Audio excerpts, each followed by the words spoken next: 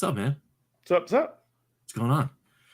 Today, it's calling all retro gamers the chill session. We're just ready to chill. Yeah, see, you're cracking open a cold one. There it is. Yeah. And and we're just hanging. So let's just kick this off. And you know what? Welcome to CARG. Welcome to CARG! Calling all retro gamers. Calling all retro gamers! Calling all retro gamers! Calling all retro gamers!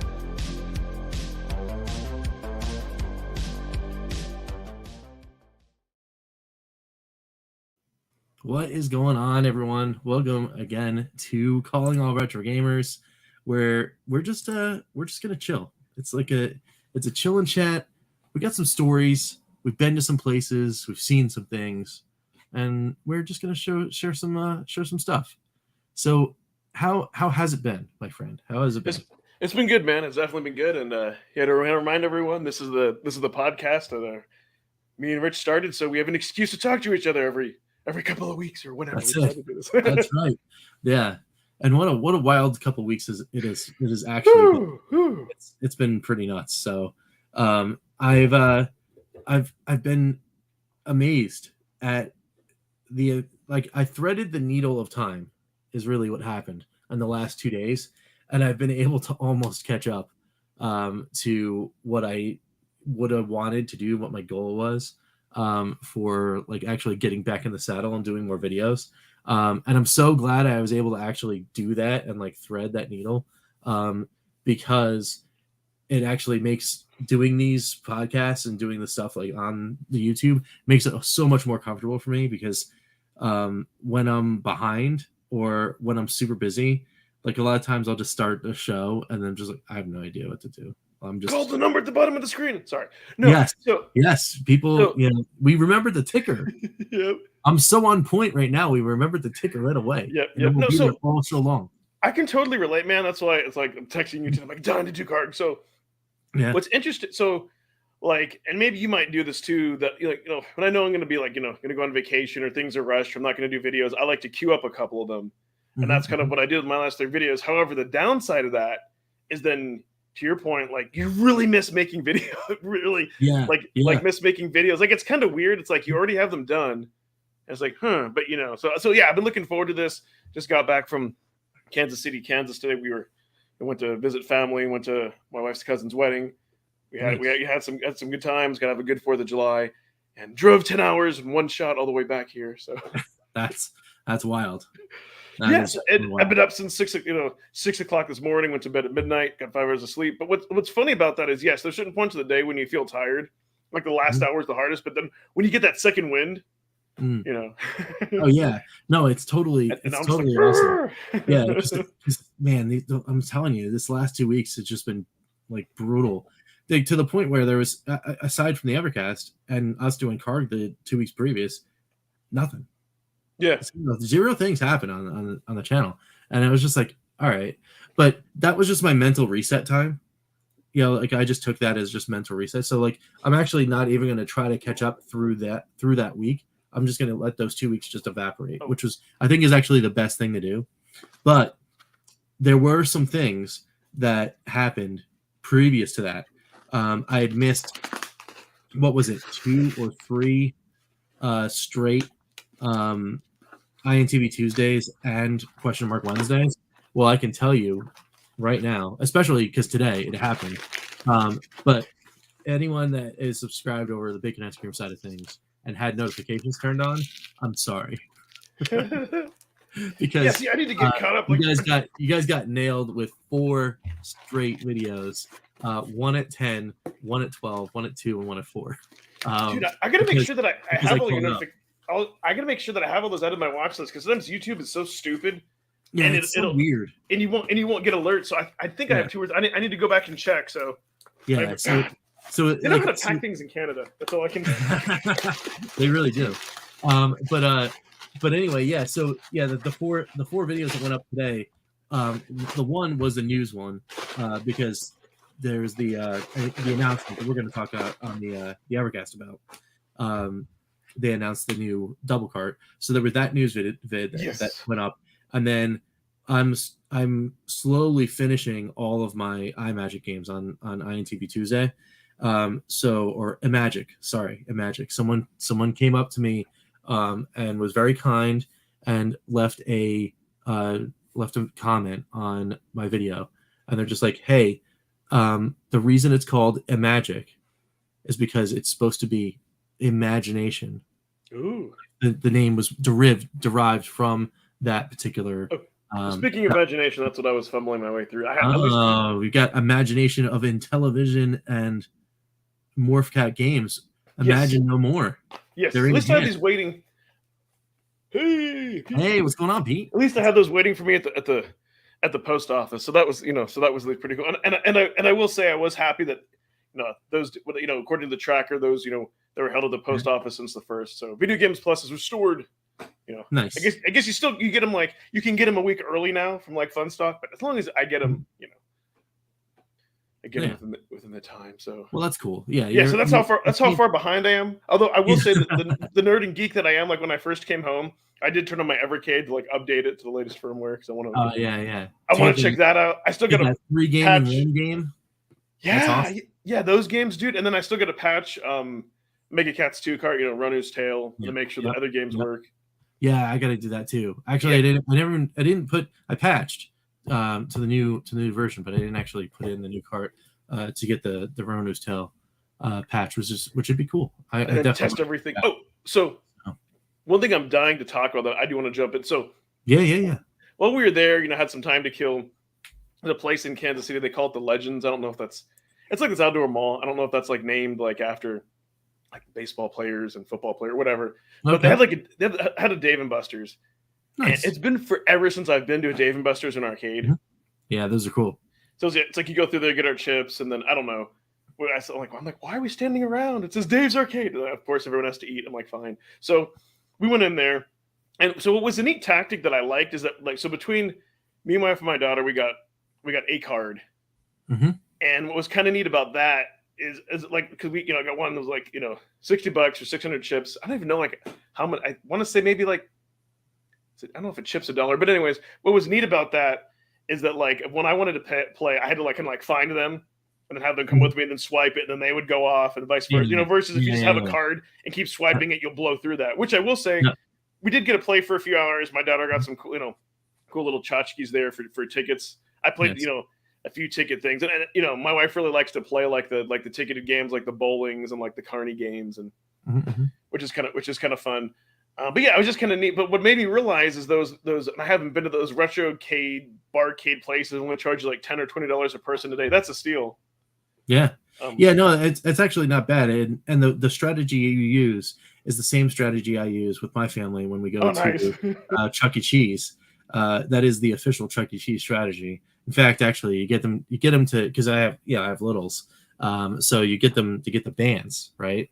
They have a little they almost look like pedometers. But there's an NFC chip inside of the band. And that's their card, right? So you just put it on their arm.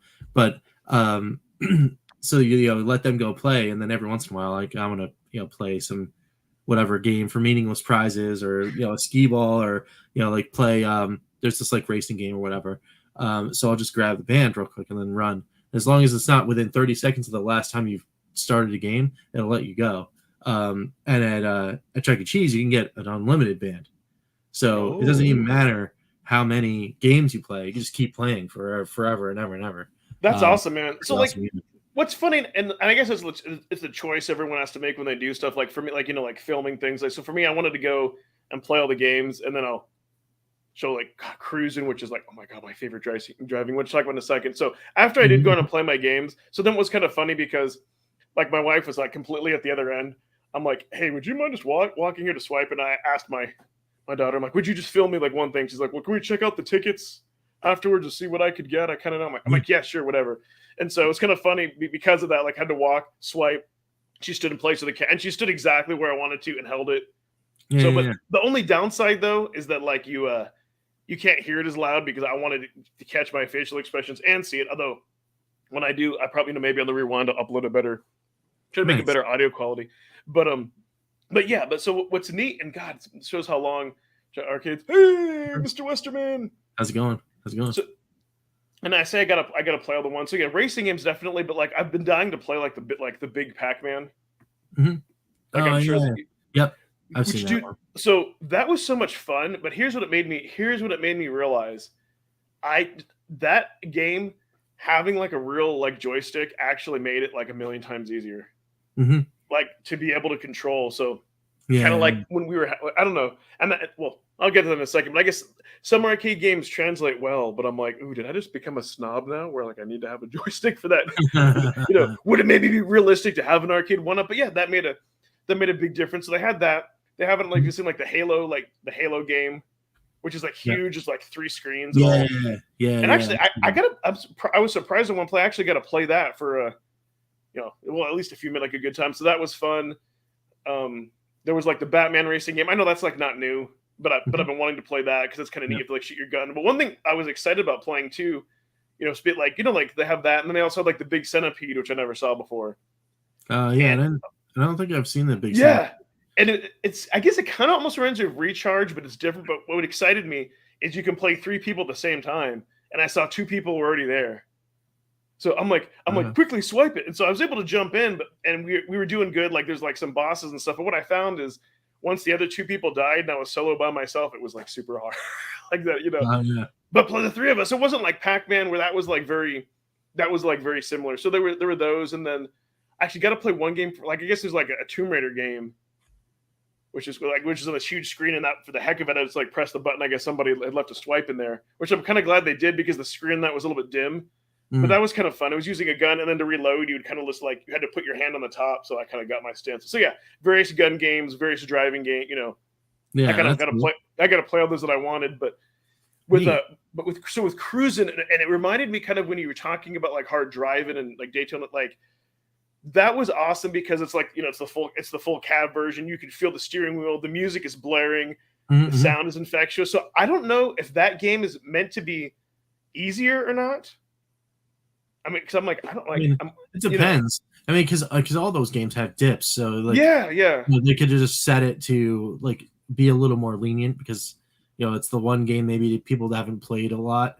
So they're like, all right, well if we make it lenient, maybe someone will sit there and play for a while and then want to keep going. And I think it might do what NBA Jam and other games do where they catch up. But because I was able, because otherwise I got first and second. But yeah, let me. Nice. Yeah, let's check this out. Is this too loud? Oh, whoops. I got to share it. Let me rewind a tiny bit. I'm like, is this too loud? I'm like, wait, what am I supposed to see? There we go. So I got it there. All right. So I hit play. There we are. Oh, I got it. Oh, can I not? Okay, I have to control it here. Yeah. You can take it down a little. But, is that better? Yeah, that's good. That's good. So yeah. So the funny thing is, like I knew I was being filmed, but like I legit got like excited every time. And of course, like initially, like the first time I wanted to be the red, but I accidentally picked the pink Lamborghini, which I like that. And then of course, I don't know, engine just seems to make the most sense. Yeah. And this is fun. I'm like, okay, this time I'm gonna do a stupid. Yeah. I wish you could say that. Like I tried scanning the QR codes, which shouldn't work, but dude. Yeah, like you can't. I don't know if you can hear the music, but I'm like the way this game like pumps you up and all that. So I'm like, yeah. I don't even know if they had like an arcade one-up of this, if it could even do it justice. Like you'd have to do modifications. Oh yeah, no way. Like because you need all of that stuff. You need the feedback. You need good pedals. Like you need like super. Yes, I love that every time. That's awesome. You need you need that wide screen, like that's cool. That's a really cool cab. There we go. Turn down a little bit more. Yeah, this is just a few minutes. But yeah, that's the thing. I was hoping maybe to race other people, but like your adrenaline just like pumps the whole time. Yeah. And it's just like the one thing. This is awesome. Is this a newer style of cruising? I don't know if it's a newer style, but I think like, just like a lot of arcade games, like you can get like the full cab one versus, maybe there isn't a stand-up, I don't know. But like you can see there's like 4 connected. So maybe this was the deluxe one. I don't know. because you have like the picture thing. Maybe maybe it is. Like, everything's so flashy. Yes. I don't remember the original Cruis'n ever being like that. Yeah. Like, there's like, yeah, you're like going upside down. That like, was nuts. Yeah. kind of like Mario Kart. Yes. Yeah, that's wild. And then you gotta like boost. Yeah. Like that, like dude, like that, like so. This is like the first time I'm playing this game. I didn't know like legit you could go underwater like in that, like is neat. But That's what cool. I loved about this the most though is it captured the nostalgia and the feeling of me playing like Daytona USA. Yeah. Like it did it for me, and so that's why, like, yeah. So I was like, yeah, yeah. That's why, like, and every time I was playing it, my reactions were like this. I'm like, okay, I'm like, I need to record it. Nice. I'd be so happy. Well done. Thank you, sir. Well done, man.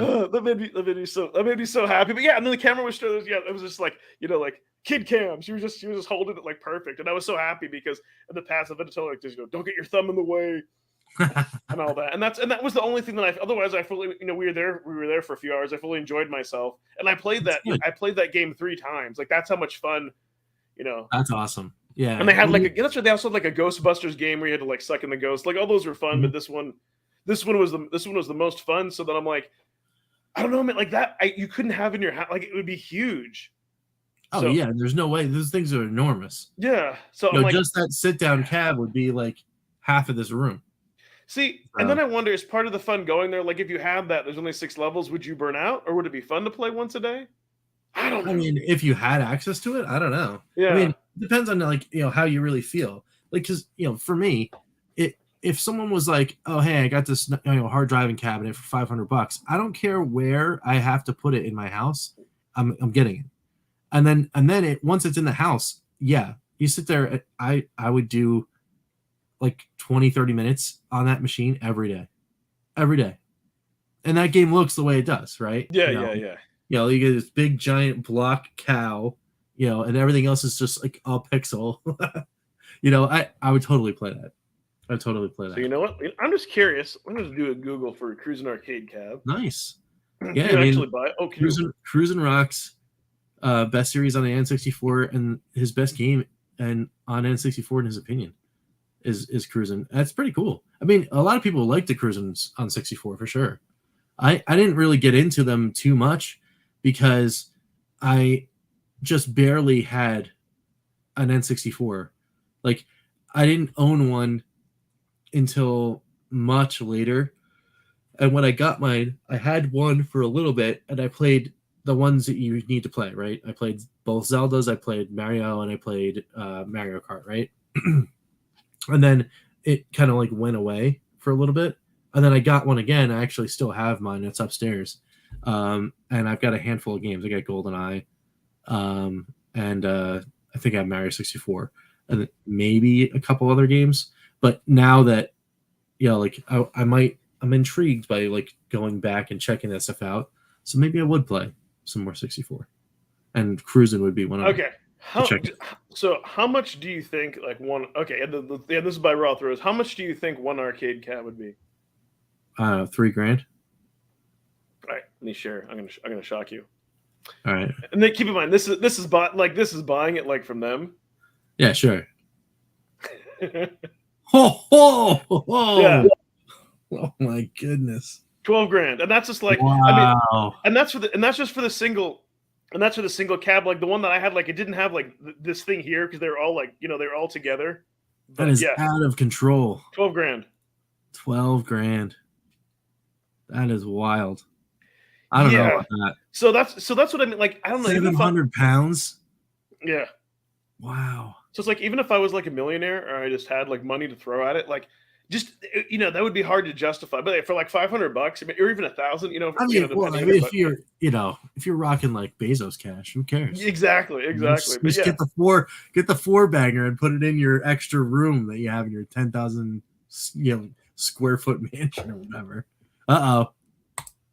You've been summoned, sir. I have. Oh, where is it? Here we go, Ian, just for you. Would you kill this thing?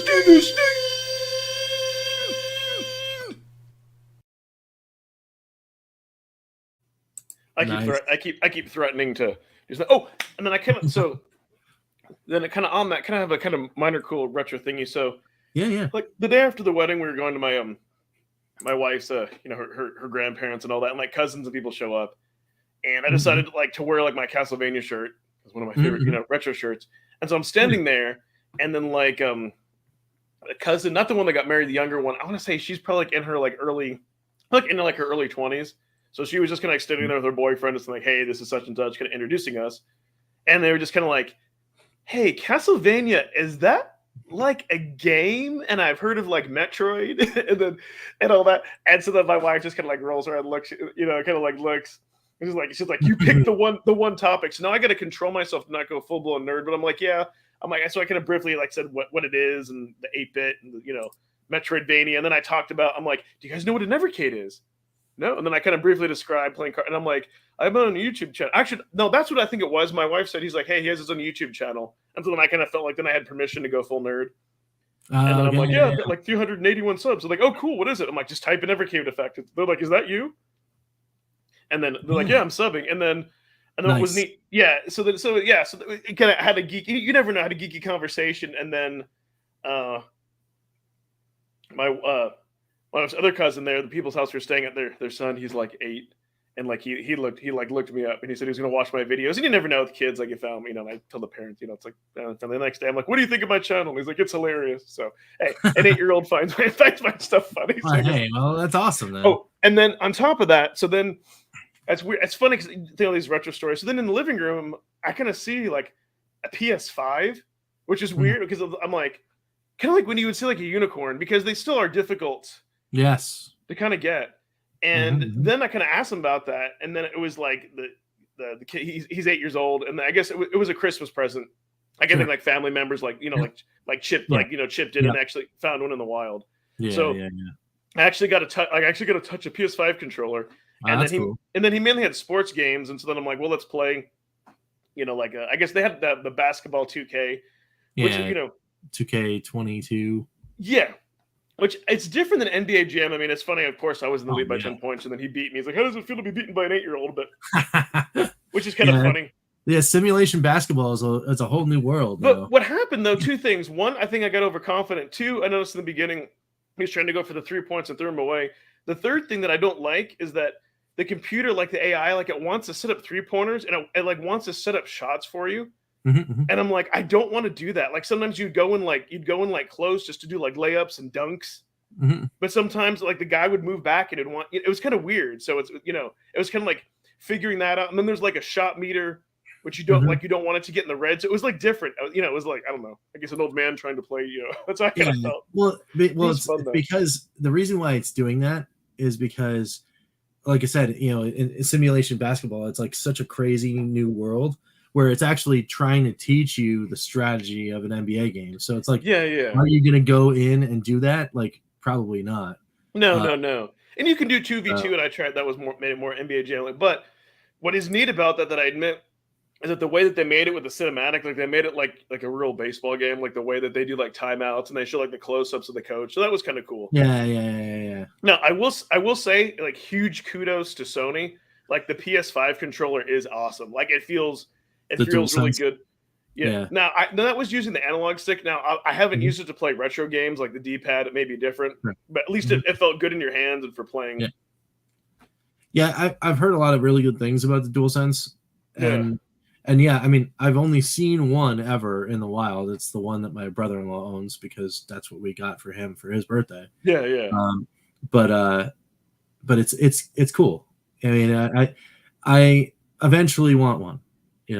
But it's like now that we're so far out of launch, I mean, that thing came out, it'll be 2 years this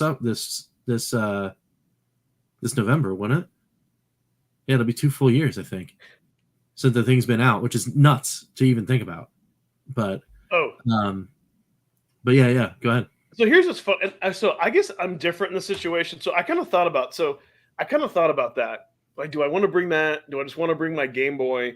And so, which weird because there was some downtime, like at the end of the night before bed, or like before I came, on that rainy day where I could have played it. But with me, it's weird because I have like Like there is like enough like mobile games I can play on my phone to jump in and out.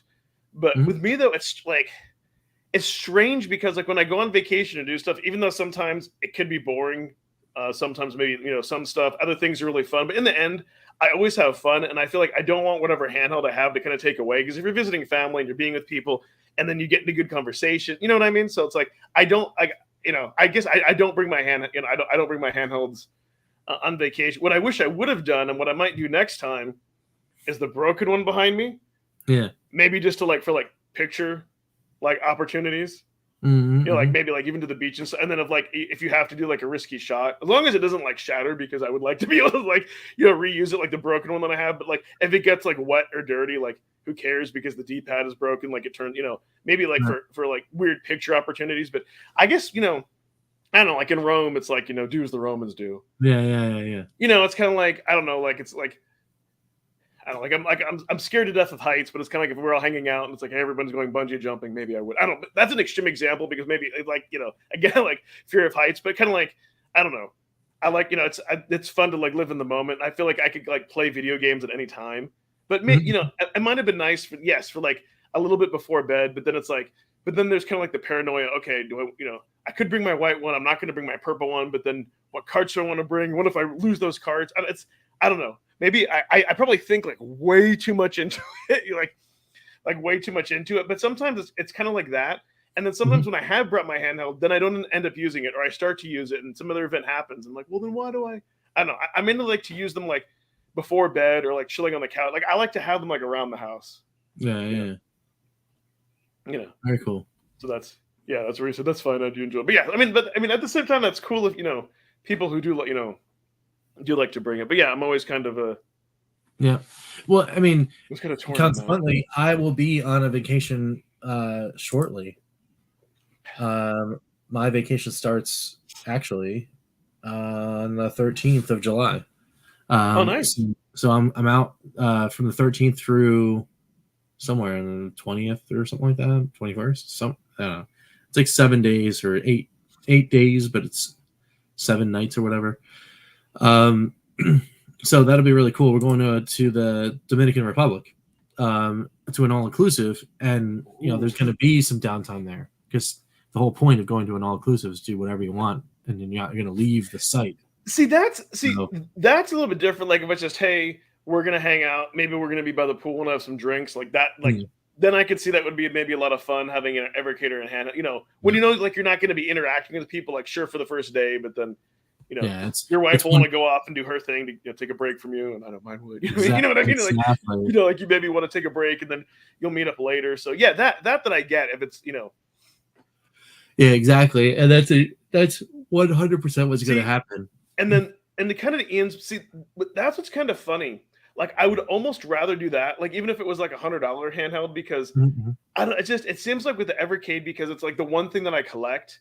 Yeah, and because of chip shortages and demand, like it can be difficult, It can be difficult to so the weird thing is I solved my problem with the the Evercade that got the whatchamacallit in it. It got the dust in the screen. Yeah. So it's like, oh, what am I gonna do? And then everyone's like, oh, well, you got to find yourself a purple Evercade, and it's like, all right, well, maybe. And then magically someone was like, oh, hey, you want a purple Evercade? And I was like, yes. So I could indeed just bring this with me on the trip, but I'm not going to. Yeah. What I will do is, because the one with the dust in it already has dust in it, I'm just going to bring that one. Yeah. Because, why wouldn't you? Like, at that point, just bring this guy right here. Is this the one? No, see, it's funny. Like I thought about that, and because I have like 2 Atari Cart 1s from the premium pack, like I would, like that. Exactly, and then you bring some extras. Yeah, like that. I would be fine doubles. Yes, I've got a double of Codemasters. That actually would be a good one to bring on. I got a double of Xeno Tanglewood, and I'd bring that because Douglas wants to play Tanglewood all the time. Like if you had a double peak, he also wants to play, Xenocrat. He also wants to play Codemasters, because he's like the one person that likes what is the name of that game?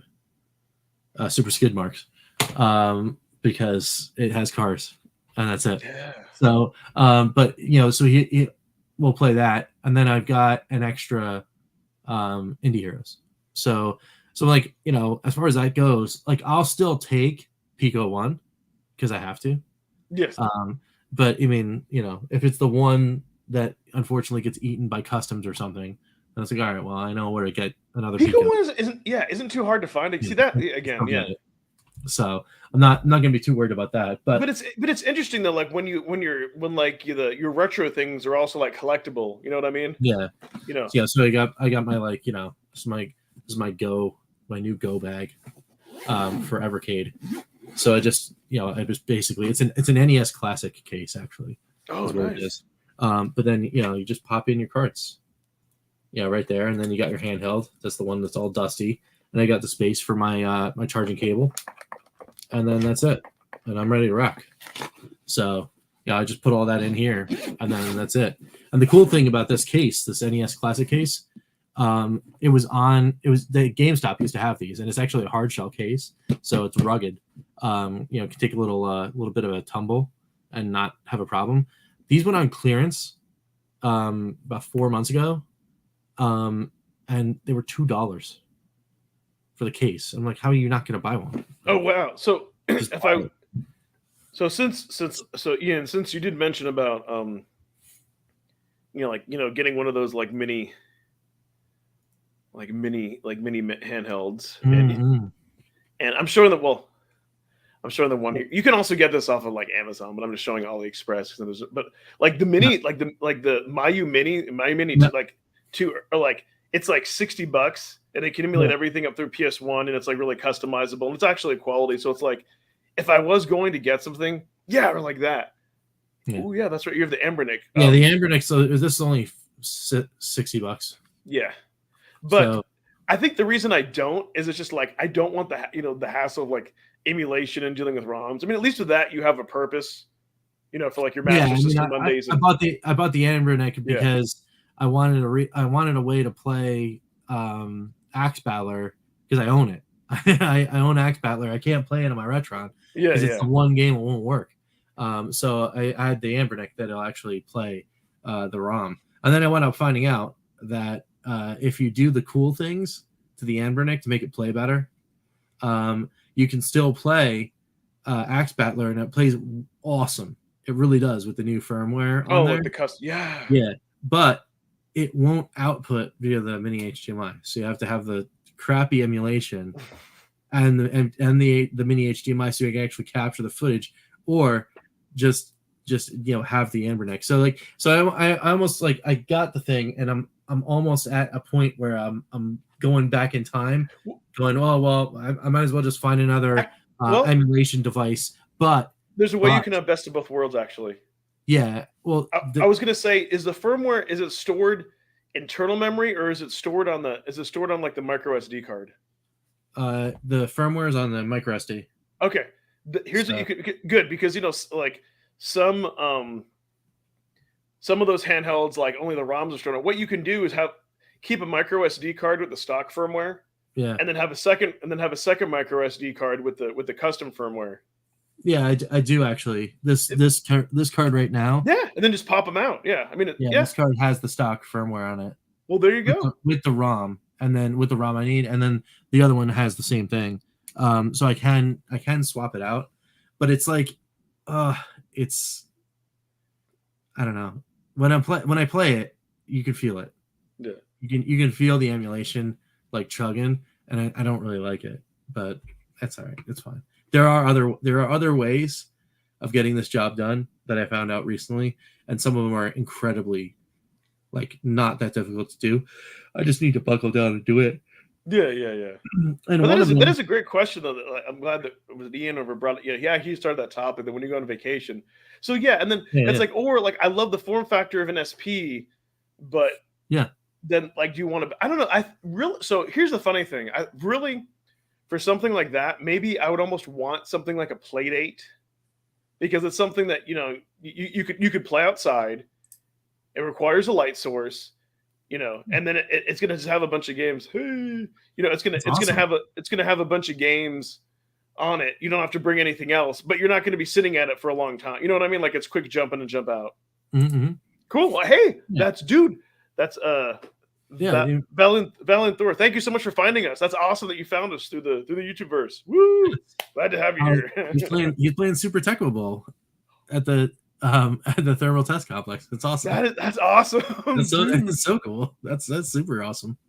So yeah, I mean, yeah, no, that is a cool topic about like, you know, like what do you choose to do when you're going on? Was it, you know what, with speaking of Tecmo Bowl, correct me if I'm wrong, I think it was one of not our Pete, but the other, you know, the old man gamer Pete. Yeah, East Coast didn't Pete. Like I want to say when he did his top 10 videos, I think I'm trying to remember, he said that maybe it was Super Tecmo.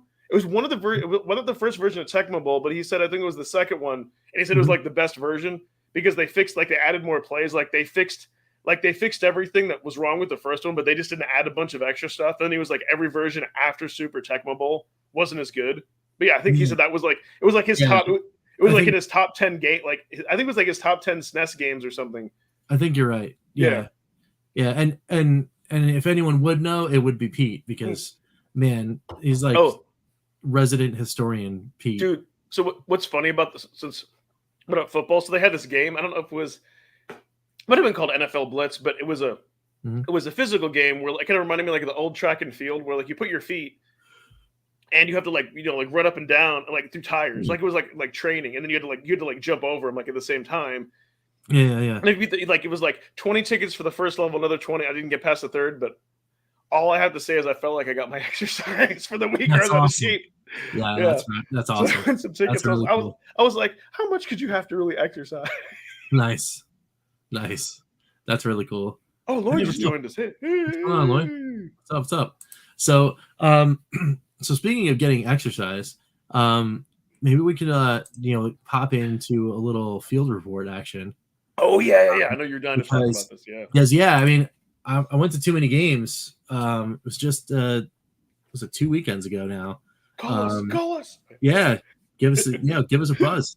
We gotta make a shortened version of that just has the number. That just has the number. Yeah, we'll do that. We'll definitely do that. But so anyway, so I went to too many games. It was a really fun time. If you guys don't know what that is, so think Portland Retro Gaming Expo that happens on the East Coast in the greater Philadelphia area once a year. And that's basically it. Like it's a giant warehouse, it's full of games, and you go in and you play some and you buy some, and then sometimes you meet people that happen to be on YouTube, like random people. So I'm gonna try to do this share. I'm gonna try to do a share screen right now. Go for it. And see how this works. So I'm gonna go over here to this tab right here, and there's my face. There I am. So that's us waiting in line, and as you can see, the line goes and stretches like really, really far back. Yeah, I see that one person like way in the back.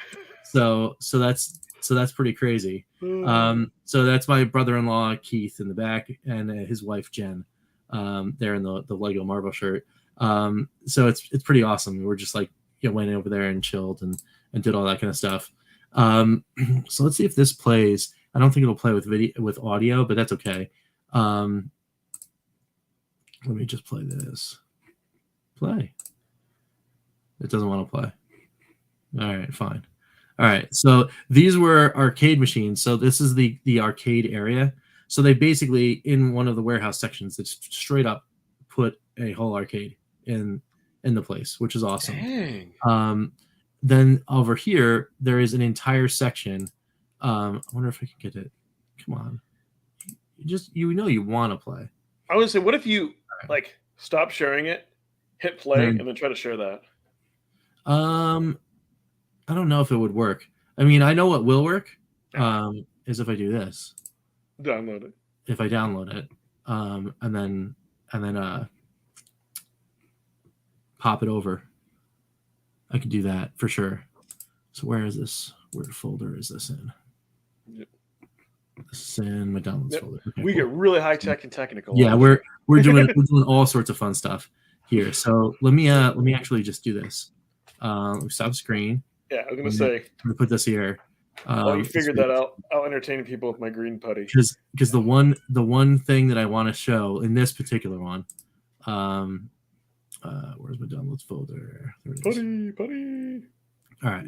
So let me put this up. There we go. Nice. So if we go back a little bit, if we go back a little more, there he is. So if we see right here on the bottom left, I don't know if you can see who that is. Let me rewind it again, and then I'll play it back.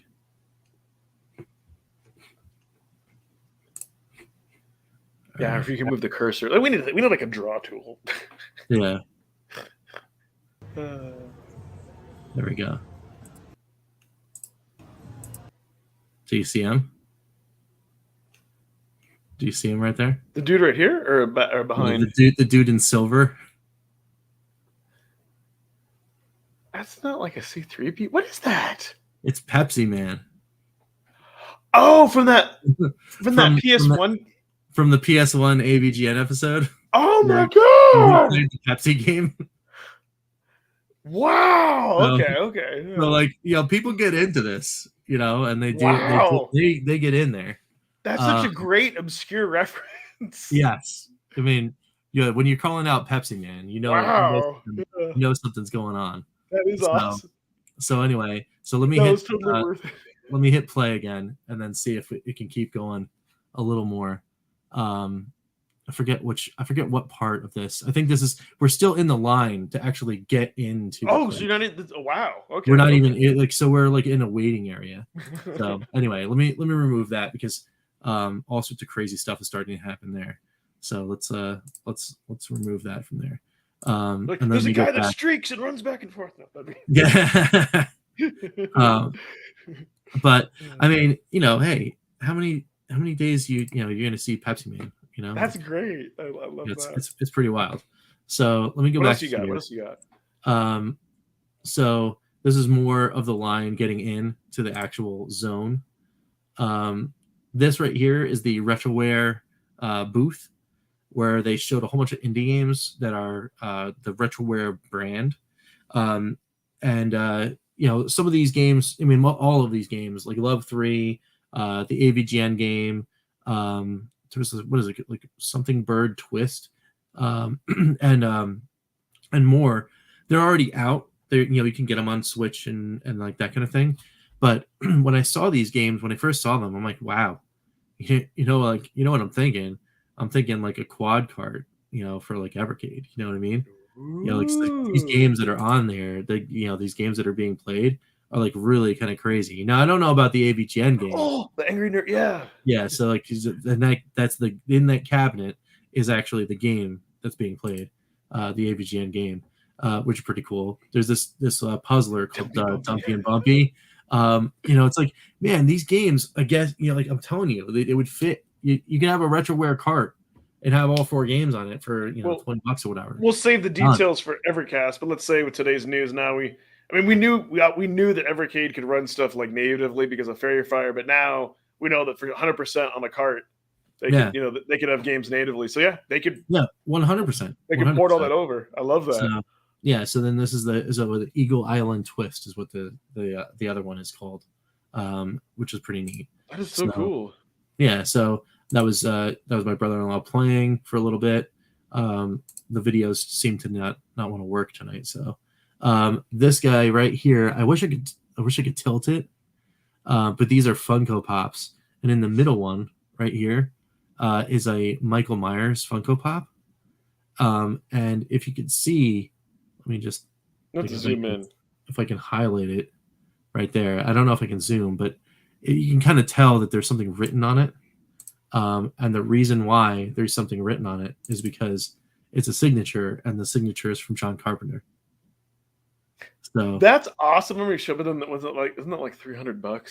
Yeah, it's $300. I mean, but still, like, it's a Carpenter signature on a pop. It's like, come on. That is me though, being the paranoid person that I am. I'm like, okay, where's your certificate of authenticity, sir? Yeah. You know what I mean? He signed it. Yeah. That is no, that is really cool. But then I would be like, hey, do you have like the $5 to $10 Funko Pop without the signature? Yeah. Right. Because I mean, there's a Funko Pop of everything, but that was just really true. I mean, that was like really cool, and you showed that to me. Like, yeah, like icing on the cake. But like, I mean, don't get me wrong, that would be cool. But then, how cool would it be to like just have one of those and actually like meet John Carpenter? Yeah, no, it's true. It's very true. So, but that's so cool though. Just to like see stuff like that in the wild is awesome. Yeah.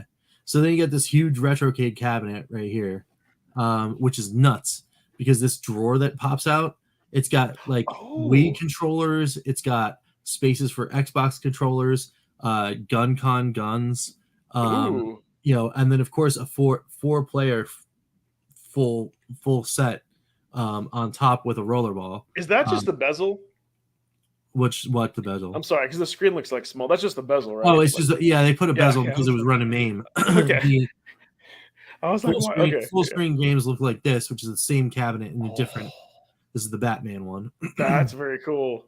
So so that's pretty neat. And then of course, like when you showed us some of these before, like an Evercast, like I'm torn because I love that concept, like, and that is like so awesome. But at the same time, I don't want 10,000 games, but it would still just be like really cool to have premium controls and you know what I mean. But yeah, it's like so cool. I mean, like seeing the stuff in the wild, it really is. That's awesome, man. And then there's the Back to the Future cabinet with the flux capacitor in it. The coin door, yeah. It's so neat. That is really cool. $6,600 for a cabinet, it's no joke, but it's very cool. And then there's this guy. He was hanging out. It's James Rolfe, otherwise known as the Angry Video Game Nerd himself. So it was cool to talk to him. It was cool to see him. That is really neat. I got a chance to thank him for like just being the wild and crazy guy that he is on the videos, and it was just neat.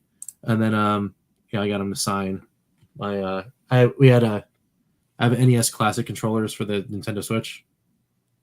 So did you bring that with you, or did you buy that there, or no? I brought mine with me. Oh, okay, that's and then I got him to sign. I forgot to ask you, like, that's pretty cool. That's really neat that you had the foresight. Did you know he was like? Did you know he was? I knew he was going to be there. Oh, okay. I wonder if he would sign stuff. That's awesome. No, that makes it even more cool. I just asked him, and he's like, "Yeah, sure, I'll sign the controller." I'm like, "Sweet." But it's like now it's like I don't know if I want to play with that one because I don't want to rub off the. Yeah, right. Yeah, I mean, I hardly use them. So that's what I mean, man. That is so cool that like you got the even if it's just like meeting someone for a brief moment. That is so cool. You met him there in real life. You got to talk to him, and he signed. Like that's like yes. Well, we both like love like Halloween and all that. Like it's so cool. Like the fact that you actually got to meet somebody and get like that. Like to me, that like would mean like more. Like that's it's a reminder of that experience. That is so neat. Exactly. So, so we got that going on. These are like these cool little things that you put on your wall. Like they made all sorts of fun stuff, like the ET one and the Space Invaders one. There's a Pitfall one in there, which was kind of neat. I thought that was fun. And then there's this guy right here. It was the last thing that I took a picture of. This is a Theater Rhythm arcade cabinet.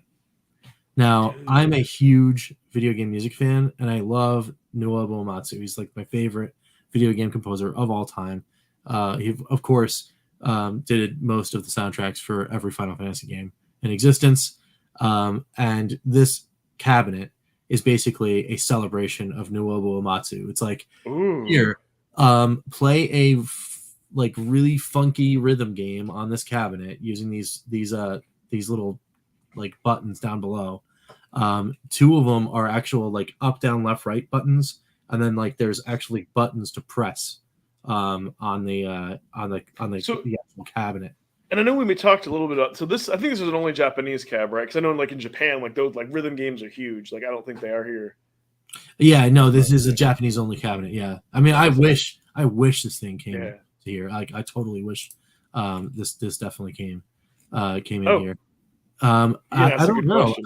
I didn't get a chance to really ask him because when I was there, like I saw how like the line was moving, and he had he's James Rolfe, so like he has a line.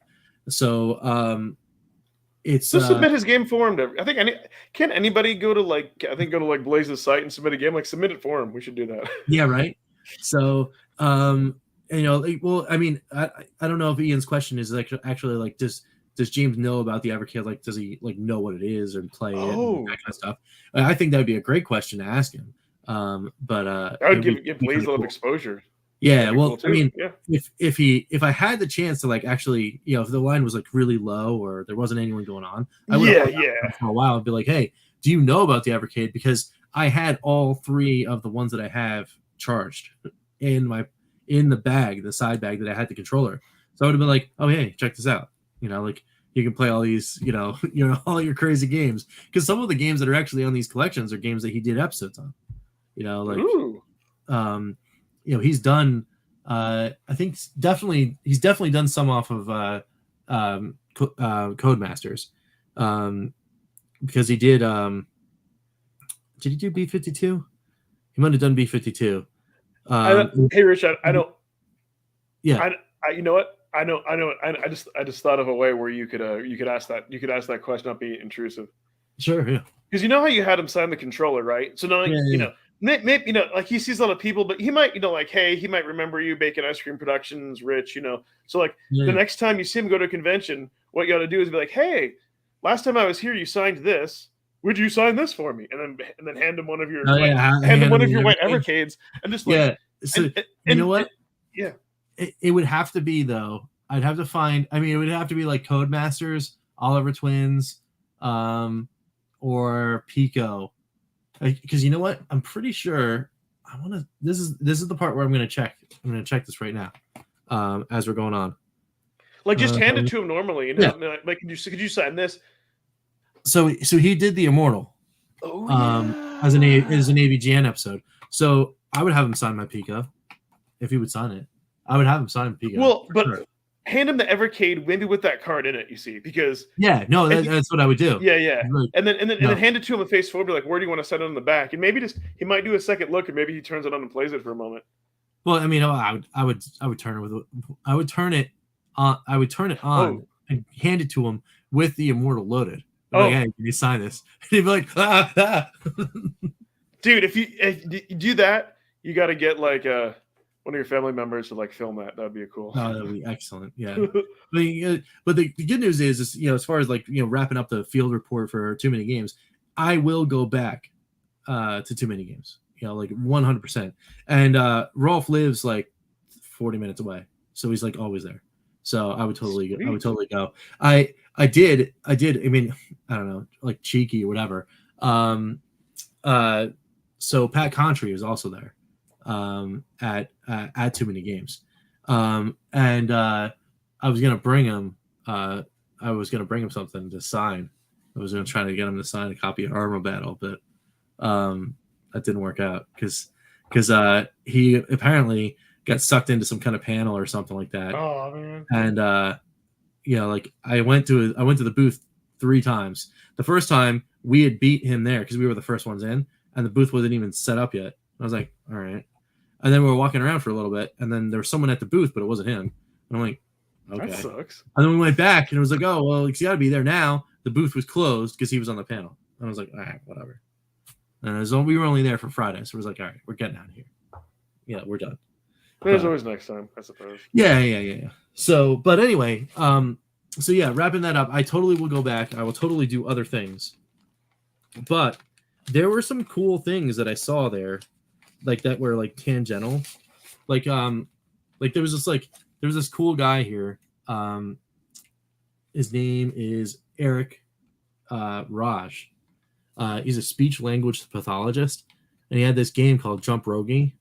It's like a simple little like game that I immediately saw this and it was like, wow, this is an unlock for Indie Heroes 2 and 3. It is, but you know what though? And I hate to say this, I see the dude that's jumping on the world. Yeah. I see a problem with that. It's like, I mean, it looks a lot like Kirby. Yes, I was like, hope Nintendo's not watching. Yeah, I know. Yeah. That is like totally cool, but I'm like, it looks a little bit like Kirby. Yeah. That's awesome though. But the cool thing about this game, right, is it's just literally like it's like a conversation starter. like I said, his day job is he's a speech language pathologist, right? So he has like a Chromebook, and he like puts this game on, and then he like has the kids play, and then they talk about like what like what they feel or what they see in the game, and it kind of like it's an icebreaker. It gets them to play the game a little more, which is kind of neat. That is but neat. The cool thing about the game right now is it's 100% like you can just play this in a browser like right now for free, which is kind of cool. So anyway, if you guys wanted to check out the little jumpy game, it's Jump Rogi, just like it's spelt right here. JumpRogi.com. It's funny because when I typed that in, it's like, did you mean jump rope? I'm like, no. Yeah. Did you mean jump rope? So actually, you know what? You gonna put it out there? Oh, I was saying I found it. Yeah. It's a cool little thing. It is neat. Okay. You gotta have a keyboard. You can just start from the beginning, and then it's like a little jumping game. Let's jump. I really like the music to this too. It's like very relaxing. Yeah. And just do let's jump. It's pretty intuitive. Oh, A and D keys. Okay. Yep.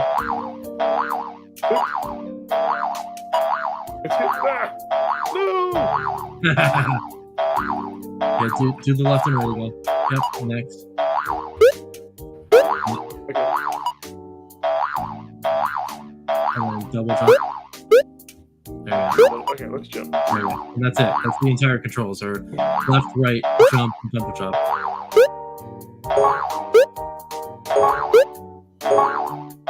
Dude, this is actually really fun.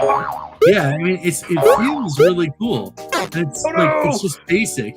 It's like a no death. You don't really have to worry about it too much. This is hard at the keyboard. Like you really want to, yeah. Ah! I wonder if you could play this on your phone. It says you need a keyboard, so. Okay. That's awesome. It's like I'm getting sucked into that thing. So it's like, okay, cool. So then there's another one. I just wanted to do it, show it a little. There's another game. It's called Carpathian Night, right? Ooh.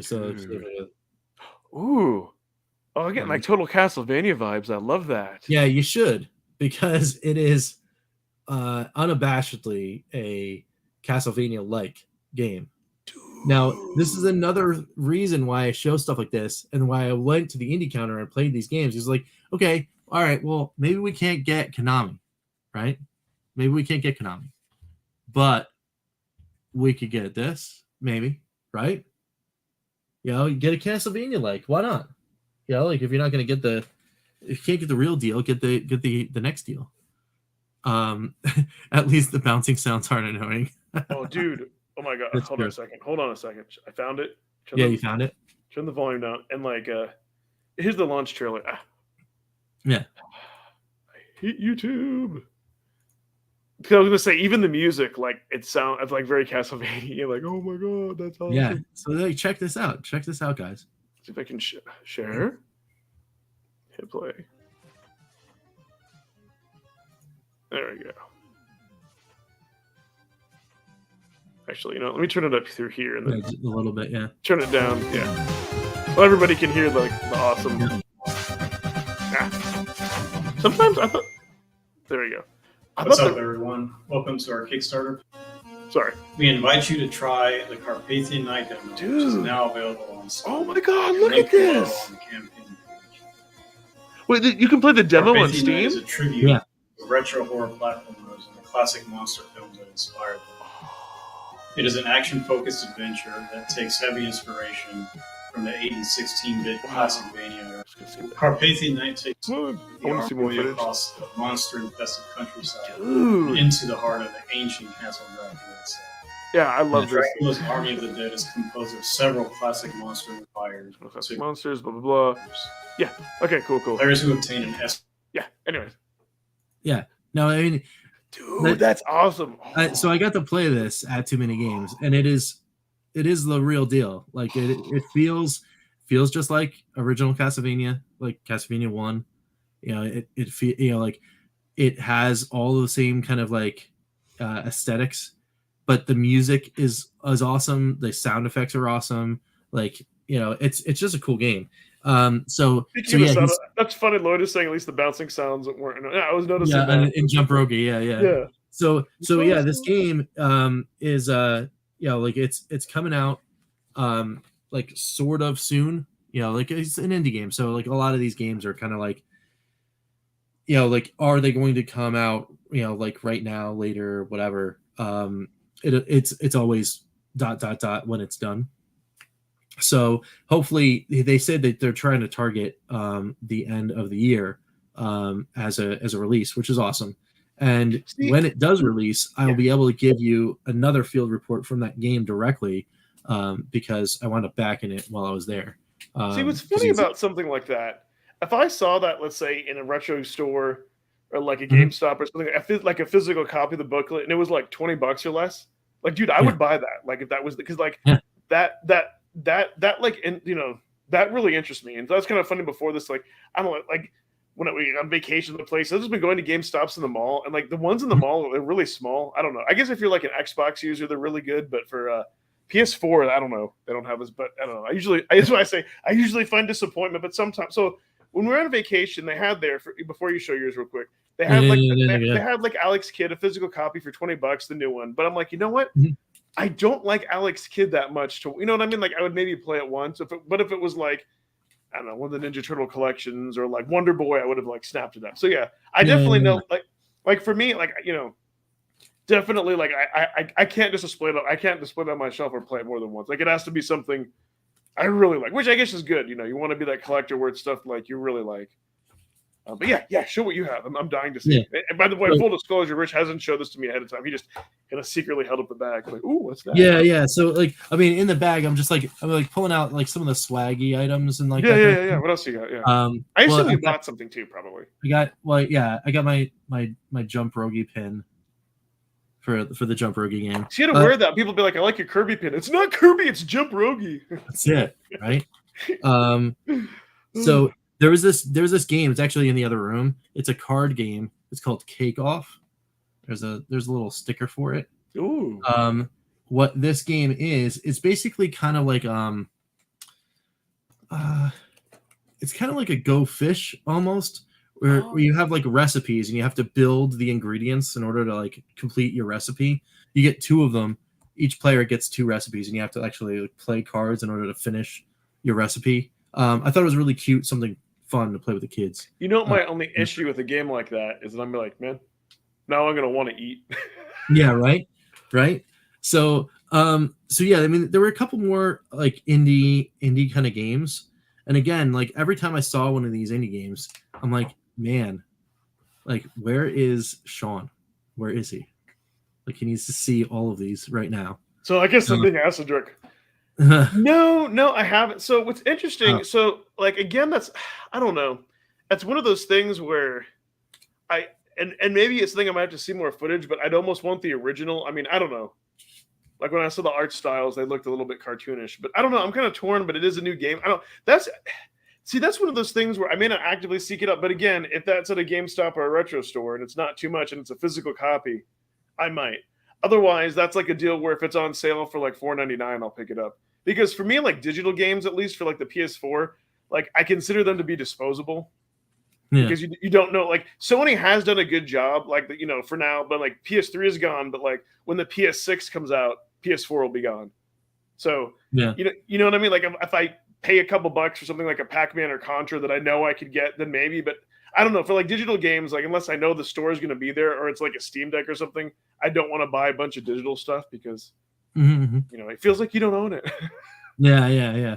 Not yet though. I mean, it's just but you never know. It's one of those things where if it's in the mood for the, you know, I don't know. That's kind of funny because you can, I don't know. I think Rich, you kind of do this too, where maybe there's some stuff you want to order, but like if you see it in the wild, like it's a different experience. Like, huh, that's kind of cool. all right, that's kind of the right price. Yeah, maybe I would, I could see myself owning that. You know what I mean? And like they had some other, I can't remember. It was kind of a chain. I was telling Rich kind of this other kind of cool retro store, and actually, I saw some like nothing super special, but like some Atari games like in the wild, like 2600 games in the wild, which is neat to see those carts. But I'm like yeah, sure, maybe it'd be cool to pick up Pitfall, but I'm like I can't play it. I don't have anything to play it on. You know what I mean? Yeah. Then I'm like, do I really just want to display that? You know what I mean? Like maybe if they had Dragonfire, like it would have to be something meaningful to display it. Or I think that's the problem with retro collecting is sometimes you might see some deals, but then if you can't play the game, then it's like, well, yeah, no, you'd have to really like hit the spot in order to just be like shelf bait, right? Because for me, I've got some now, but I actually have a Retron 77, so I could legitimately play all of these. But if I didn't have my 77, I think I would still own the cartridges that are up here. Like I've got a copy of Berserk, I've got a copy of Space Invaders, I got a copy of Haunted House, and a copy of Pac-Man, and like, I mean, like those are the seminal games, right? Those are the games that grew up. Yeah. But see, I didn't see, but I didn't like that was the thing. Like they had some other like cooler game, but it wasn't anything like they didn't have anything like nostalgic. Yeah. That I grew up with, you know what I mean? And it's like, yeah, for those like for $5 or less a pop, yeah, that would totally be worth it. That's an awesome display piece. Mm-hmm. But yeah, they didn't have anything like like nostalgic like that. It's like, well, let's Yeah, no, it's I like got cool it's cool to see some like they had I can't remember some like they might have had something like crack like they maybe had like crackpots or something, but like I didn't own that, which is an awesome Activision, but I didn't like own that. So you know what I mean? So it's like I was teetering on Pitfall, but it would have to be something like Dragonfire if they'd had that, and that's also a cool card. But yeah, that's neat to have some stuff for. Yeah, no, it's cool to see like the the Magic cards are really cool to see because they're actually like they're neat to look at. Like they got that cool thing. So if you can pronounce the name of this game, Rich, you get bonus points. Because he was saying he was speaking Kickstarter, he backed one. Yeah, dude, that's okay. Is it Vacabolantis? Yeah, I mean that's where I'm going. Is that right, Ian? No, that's cool, dude. Maybe we'll have to. Yeah, I mean that's really awesome. Like, I don't know anything about that game, but that's really cool. And speaking of Kickstarter backed games, Unsung Heroes should be getting some kind of a update as to progress of that game soon. I backed that one for Atari VCS because the prologue is on VCS right now. So that's right. Yeah. I remember you were talking like that was the one that like Pete got you into. And oh, I know stop motion. That's cool. Yeah, I was gonna say I know. Well, we have to go a little bit longer because I know like you did some videos like on like Atari's 50th. Since I've been on I haven't like caught up for YouTube. I know there was like some Atari stuff you're dying to go over. So if the audience will stick in with us, I think we could go a little bit. I don't mind going a little bit longer. If you want. So real quick to just like finally like wrap. There's two other games that I just want to put out there. Just games. One is called Kids of Carindale. It's a RPG. It's going to wind up coming out on Steam, PS4, PS5, Xbox, and all that stuff. It's kind of cool just to kind of put stuff on your radar in case you are one of those people that likes that kind of thing, the JRPG style. It's got very much in the like tongue-in-cheek kind of vein. Hit me right in the Game Arts Work and Design's Lunar feel as soon as I started playing the game because it had that like kind of quirky yet neat kind of dialogue. So I'm all about that. But this is the last one. It was an eyebrow raise, not because of the game. It's a roguelike. There's lots of indie roguelikes out there. It's got a cool aesthetic. You play as a dwarf, which is kind of neat. The game is called Below the Stone, right? But if you go in here and you just zoom in, published by who? Apogee? Yeah. You guys know who that is? I'm guessing we should. Yeah, so Apogee or Apogee is a publisher that published games way back in the day on PC. Games like Wolfenstein 3D and Commander Keen. Oh yeah, you know what? That's right. You told me. Yeah. Yeah, and Duke Nukem. And they're still around publishing games So it's like, whoa, where did those guys come from? Well, let's go. Let's get them on the horn, talking about where some of those other properties might wind up landing, shall we? So, like, dude, you know what we could see, because I know that Commodore 64 isn't DOS, but I don't know if they had like a Wolfenstein port. You know what I mean? Like we might. Like in C64. Yeah. Yeah, I mean, it doesn't matter what like version of a game. Like most of those games actually, like they are ready to be ported to other things for sure. Yeah. But the fact that they're still around. A native port, that would be nice. Well, if they didn't want to mess like with DOSBox or any of that, like if there's already ports of that, and since they partnered, that would be cool. Yeah, especially Commander Keen, that would be great. Oh man, I'd just get a Commander Keen collection. Just it. But I do 4 or 5 games, so it's like just give me them all. Just give me them all on one cart and let me play them with a joystick. Let's go. I wouldn't mind even just like a Doom 1, 2, and Ultimate Doom. Then I think that's because I think Ultimate Doom is like Doom 2 with the extra levels or what. Yeah, that gets a little more murky because it's like id Software time.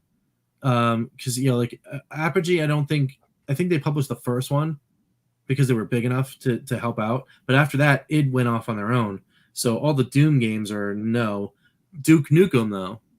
Duke Nukem that everything up until 3D and maybe including 3D. Was Apogee. Those were definitely Apogee. So you might be able to get some Duke Nukem action. I don't know what Peggy rating. Yeah, although I don't know what Peggy rating Duke Nukem would be. The first two would be like 16. Yeah. Just like the Namco card. But dude, Wolfenstein and like Doom would be like so nostalgic for me. Like, oh my god, and a lot of people. I'm just give me some Commander Keen. That's all. Yeah. So anyway.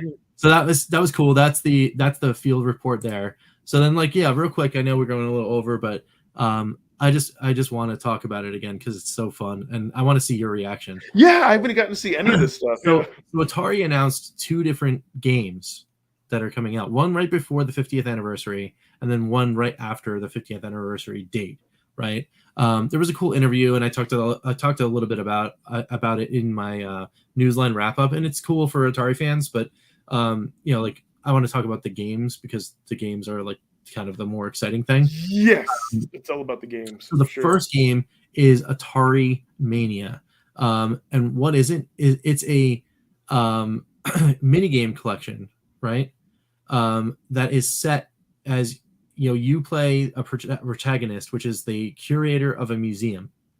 And then each one of like the rooms in the museum or something like that is supposed to be some kind of mini game that you need to complete in order to save the museum from being taken over by some kind of evil force. Or something. Okay. I remember like at the end of Whenevercast, we slightly touched on it. We played the minute trailer when it was coming, and like me and Crow were like, "What is this? It looks cool, but what is?" So that's good. So, I'm glad you give more context. Yeah. Okay.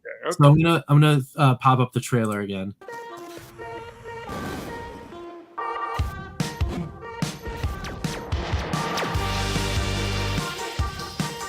So much. That just looks crazy. Save that. Okay, so you're probably that dude, maybe. Okay. Yeah, you're the guy in the hat. Okay.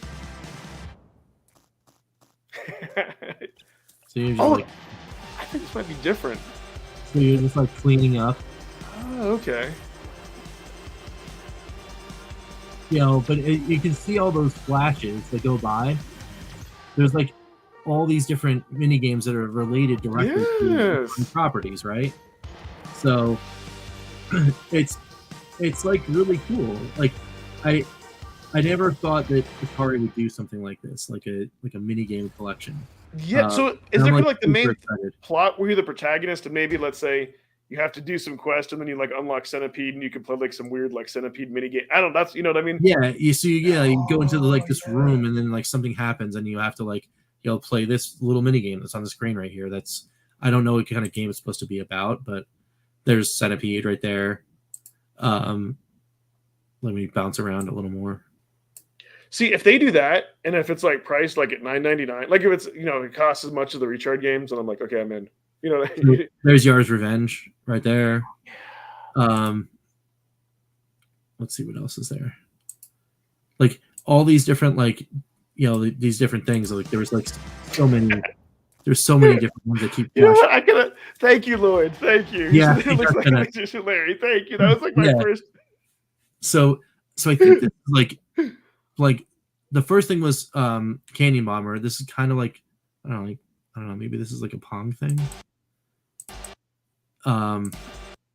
That's definitely Breakout. Breakout, yeah, of course. There's Combat. Only like instead of like a tank shooting another tank, is shooting this like dude.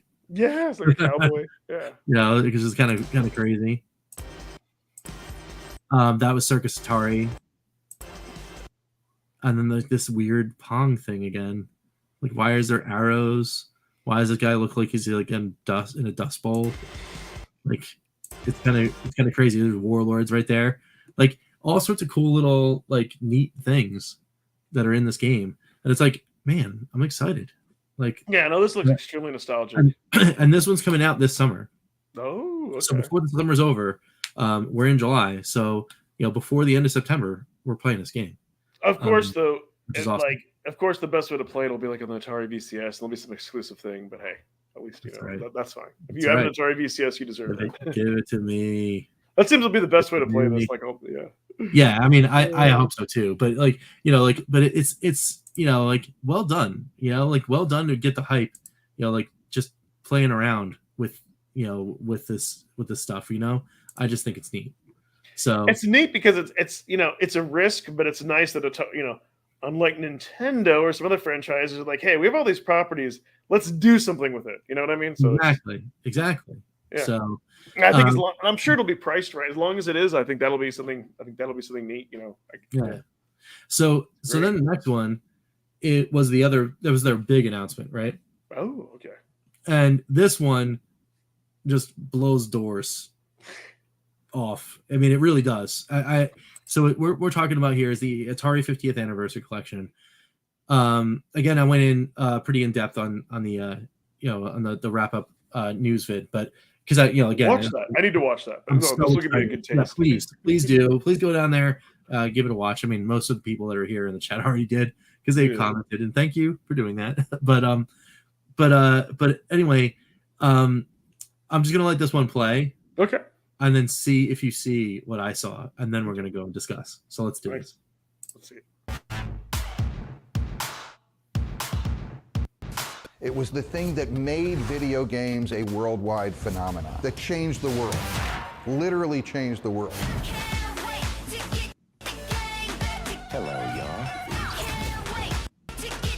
All this inspiration that came from Atari gets to come full circle and see it through this lens. It's the most fun I've ever had making a game. Adventure really broke the mold for what the 2600 was capable of. In the beginning, there was only Atari, and the children looked upon it and saw that it was good. I would literally spend the entire weekend playing Star Raiders. Atari created the video game industry, and everybody that's come since then is building on what Atari created. Is this a new mini console? No, it's a collection. Yeah.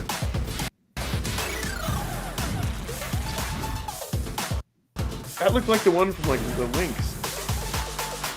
And I saw it looked like there was a recharge. Oh, 6 brand new games. Okay. Next year's.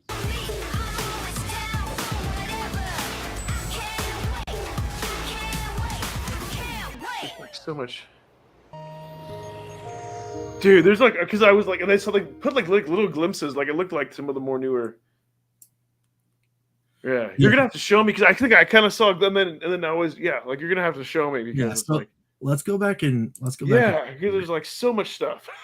So first off, I really like the aesthetic of the actual look and feel of the menu design. So this is the main menu of the collection. Okay. So it's that's cool. You've got this. They've broken it down to. There's some origins, there's birth and console, there's highs and lows. So begin your interact. Okay, so that's what I was gonna say. Can you actually will you actually get to see them Warshaw talk like they were showing those clips from in the game? Oh. Yeah, so those clips that are shown inside the new Yars, yeah. So let's see. Come on, don't fail me now. Play. Can you see it play or no? No. All right. No, you broke it. No. I did. I'm breaking everything. We'll let you even skip forward or. All right. So there we go. So that's all right. So now it's going back to there. That's cool. All right. So let me see if I can go back to here. All right. Yeah. Yes. Thank you. Yeah. So that one was. So there's Yars, right? Yeah. But then there's more Yars. Yeah. Right. Looks so quick. It's a reimagined Yars. Yeah. That there's going to be. So there's all these different things happening. This right here is a new, it's combat reimagined. Yeah. Yes. Yeah. So everything's 2.5D. You got breakable things. That's kind of neat. Definitely something to check out for sure. You've got these guys talking about some stuff. You got the candid moments. That's Cliff Basinski talking about adventure, which is kind of cool. Right there was a Pong. A Pong, yes, yeah. It was kind of like a reimagined Pong, which is neat. Yeah. I think this is Major Havoc, if I'm not mistaken. Okay, yeah. That's Star Raiders right there. And then there we go. Come on, Ernest from Ready Player One. Okay, talking about all that cool stuff. And then where is the screen? There it is. Atari cards. Jaguar. Yeah. Okay. You know what? Because this went by so fast, and I saw Fight for Your Life and Cybermorph and Missile Command 3D. Come on, son. That's Jaguar time. So okay. Get it. So you know what? I'm like, can I just buy the Jaguar? No, this really excites me because it was one of those collections that I remember as a kid, Walmart sold them for $50, and we laughed at who would want a Jaguar? We never Super Nintendo. So it's that was I never knew anyone that owned one. I've never seen one. You know what I mean? Mm-hmm. And the emulation for that is even difficult. So it'd be kind of cool to be able to play. Yep. Yeah.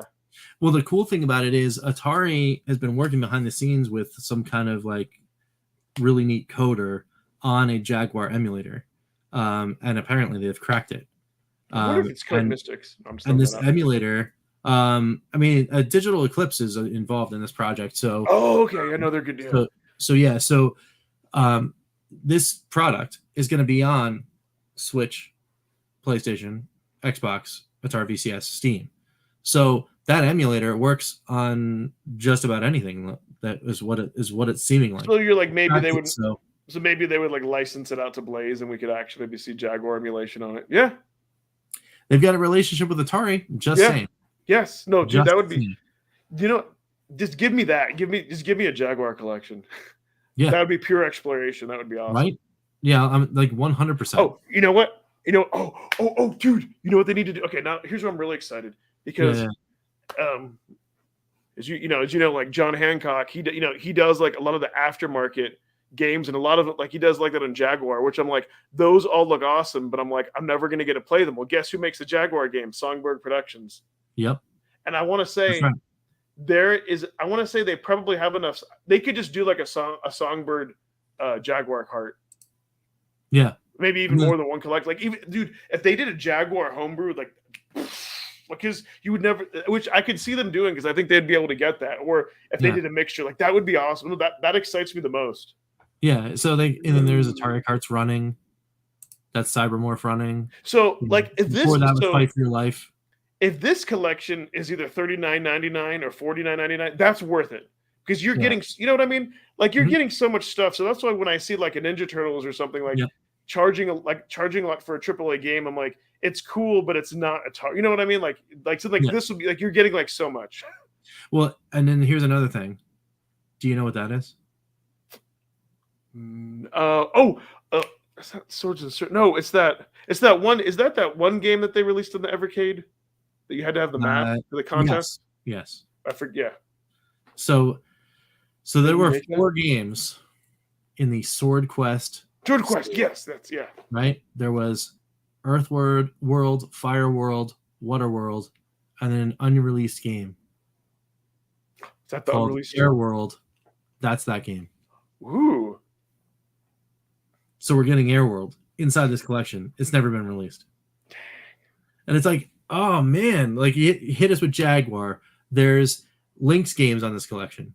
So there's Lynx, maybe even Lynx that aren't on the songboard, like Pantheon. So like games that we wouldn't be able to play on the collections. Now you're getting Air World, and you're still getting 5 more games on top of this that have never been released because they're the reimagined Yars, the reimagined Pong.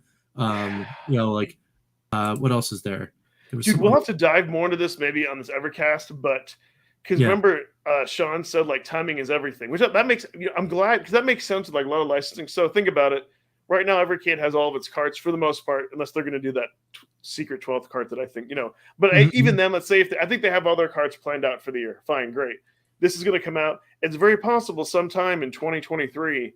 Maybe we could get maybe we could get another Atari collection that could have some of this stuff and Jaguar stuff ported over, because then like the exclusive consoles that get, first dibs at it, that, I think enough months will have passed by. Like that would be awesome. Yep.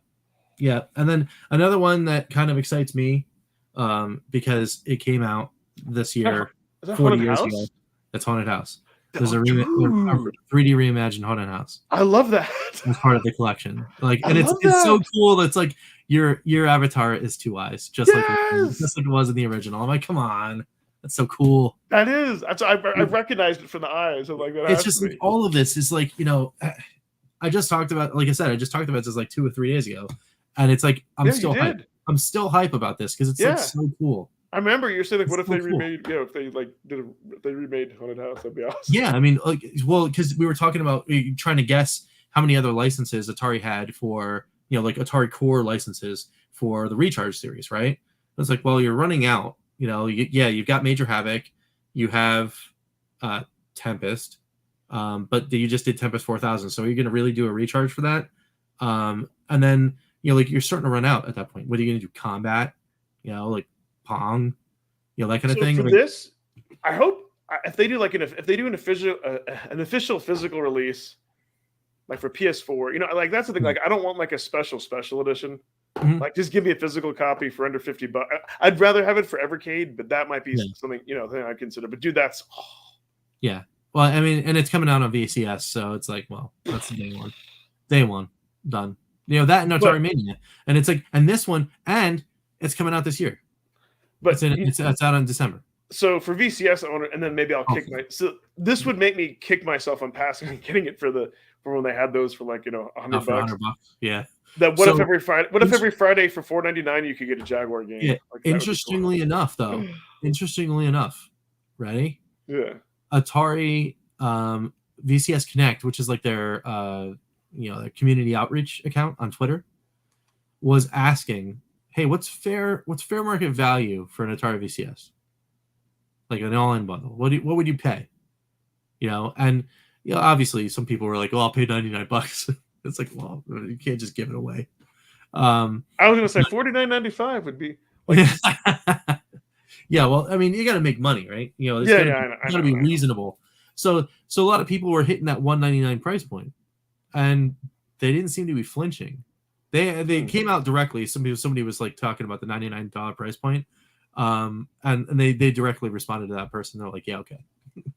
I was like, I would love to give myself away, but I can't. You said bundle. So if it was like the $199, like I want both the controllers. I want the Atari. I want like some software. What they're talking about. I want the Atari 50th anniversary collection. I want like the Recharge games. You know what I mean? Like, give me. All right, well, I don't know about that.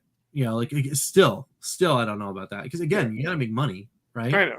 But at $199, if they could get it out the door $199 with the 2 controllers, and no games, but $199 base unit, 2 controllers, that'd be if better. It was that price point in a store, I own 1, 2, I have 2, so I would buy one. At $199, I would have eventually bought a second one. Yeah. At $199, because I think that's good value for the VCS. This is my opinion, right? But yeah, okay, you want to put it on sale for $149.99 Black Friday. Okay, you're gonna blow them out the door, but you're not gonna make any money. You're not making any money on that, And yeah, okay, maybe you can throw in, a recharge game or 2 or 3, and you're not really breaking the bank, maybe. But so here's the thing: they I think maybe where Atari might make their money is kind of like the Amazon model, where right. like you buy stuff cheaper, but you're locked into only getting it from that store, right? And so they know that over time. Well, I mean, it's the whole point of the VCS, right? I mean, because you're getting a piece of everything that gets purchased, third party or not, off the store. And there's still it's not like there's nothing on the VCS store. Like there's there's fast approaching 50 games, individual titles that aren't like basketball, on the 7800 or Asteroids or whatever. Because most of those are in the vault anyway, so including the vault and then the recharge titles and then the rest of the third party stuff, you're still approaching 50 games. Okay. Here's what Atari needs to do, and if they did this, I think you would buy a third VCS. So what if? So I think so. What if they roll it out? They kind of they see people want Jaguar, and let's say like on Friday, let's say they start rolling them out like $3.99. Like that's the perfect price point. Like $1.99 is too cheap, $4.99 is too much. For $3.99, let's say they start rolling those out, and they see hey, people want these Jaguar games. Then let's say they come out. Let's say in specs it's the exact same, except now you have a Jaguar shell instead of the 20s. You know what I mean? Yeah. And then you get me. And then in the bundle, let's say instead of a classic spinner controller, or let's say you get the Jaguar controller, I think you would buy a third. And it's that $199 and it's that $199 price point. You know what I mean? Like that would have me really even more interested. Yeah. So, yeah, I mean, I can feel the tug of war thing too with a lot of people. Like some people don't have, like the VCS is probably my primary console. Like I play my Evercade VS every week, but like 2 times a week I'm playing on my VCS because I play all my Xbox games on my VCS. That's what I was gonna say. Yeah, through cloud gaming, I just use it as an Xbox because why wouldn't you? It works. Yeah. Except for maybe one, but that's another video. Well, you know what? And maybe that's another. Maybe that's they throw in that bundle. Maybe they do something with Xbox so they can give give people a. And Pete, I mean that's a good point. Maybe they are. Like maybe they're like, all right, well, we tried with the VCS and it didn't work or whatever. But for them coming back out and starting to ask questions like, all right, well, what would you pay? What would you pay? That's neat. They're asking. And if they can, if the consensus is $199 and they can make it work and make money on $199, which nowadays they probably should be able to with the VCS as it is. I mean, why wouldn't they continue to make it? Why not? Right. And then continue to court independent development and, do these crazy things that they're doing with their licensing, and they're putting their games all over the place. They show the people that own these things some love. And who knows, maybe it goes a little further than they thought. So, yeah, if the VCS was $199, that we get a niche. Yeah, absolutely. 100%. Yeah. I agree with you, Ian, at 100%. Why aren't they already doing it?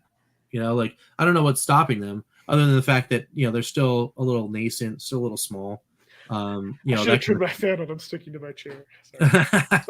Yeah, I'm getting a little like temperature raising in here because the door's closed and I don't get any of the air conditioner. Yeah, I know. Me too. There's an air conditioner right in front of me, right here. I'm touching it.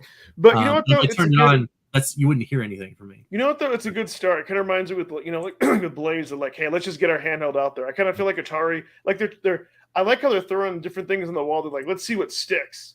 You know what I mean? Like if they just came out with a Jaguar collection with 6 games for $50, like that would be disgusting. But the fact that they've thrown it in this bundle with 90 games, even if they do like different tiers, like even if you could just buy the different sections, I think that's fine.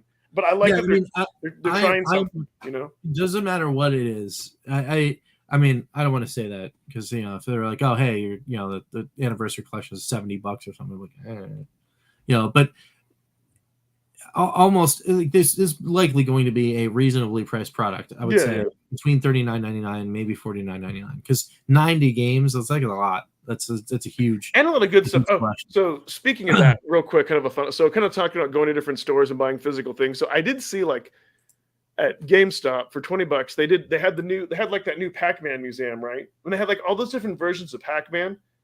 Yeah. But here's why I was torn between getting it, because I have another physical version of Pac-Man for the PS4. You can like Galaga, Dig Dug, and all that.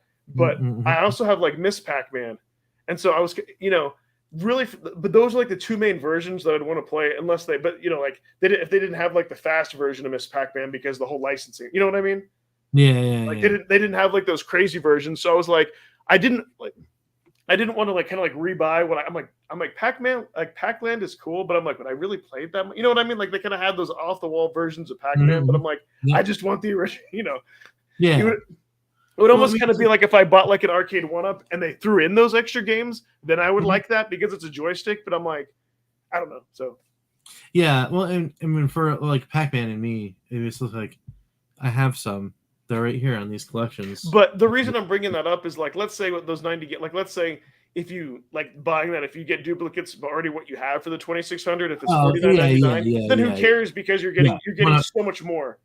100%, because it's not like I don't already own Atari Vault 1, Atari Vault 2, Atari Collection 1, and Atari Collection 2, and some individual games that are already on the VCS. And then and then because it's priced reasonably, actually then they're giving you the convenience of just being in one interface. Right. So you know what I mean? So then it's like that. Then because you don't want to feel like you're having to buy a game twice. Like that's I don't know. I hate that.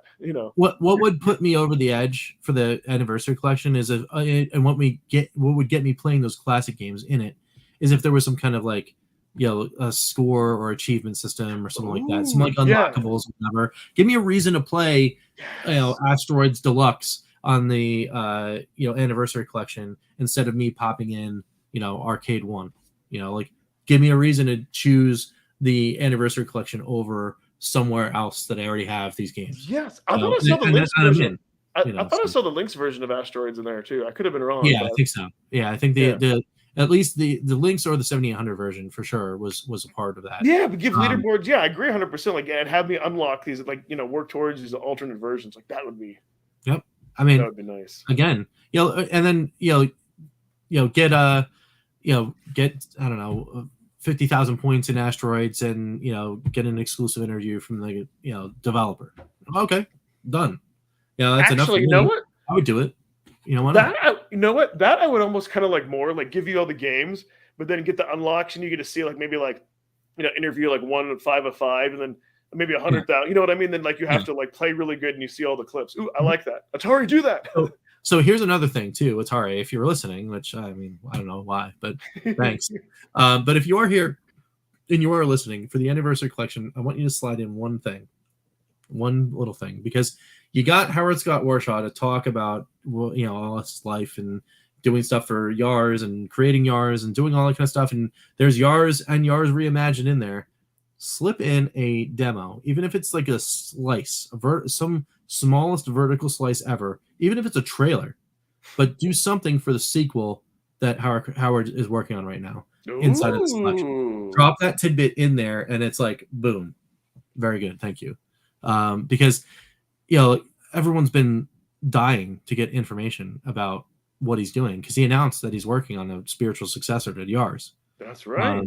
For Atari, and it's like they signed him. He's working on the game. Like, in the anniversary collection is a perfect place to drop a little advertisement for that game, build some hype, maybe even have a little pre-order link in there. Like, hey, the first time you can pre-order the game is through the anniversary collection. Why not? Right? You get people hype enough that want to see the new game from Howard Scott Warshaw, they'll buy your collection to play everything to get the little tidbit.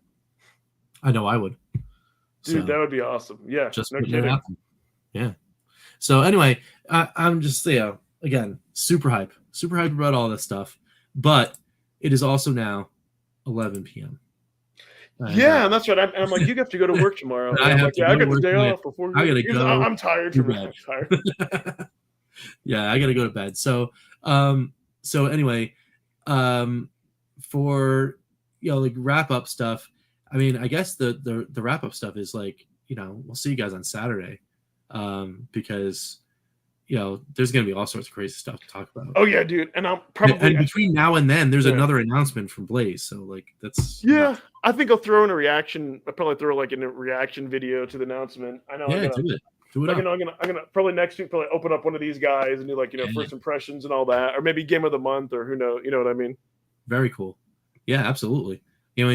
Totally do that, because I mean, I'm just saying, there's some people that are looking forward to the Owl's Awakening and Cathedral announcement.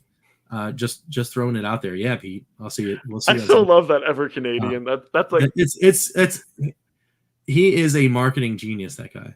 Like, whenever I need to like create a name for something, I'm just gonna message Pete and be like, hey, can you get, here's the thing that I'm thinking about. Can you just give me a name? And it'll be perfect. Well, what's great is there's somebody that, like we say, like Evercadians, and I think maybe there's somebody that calls himself Evercadian. So it's great since Pete's Canadian, likes Evercadian. It's brilliant. I love that.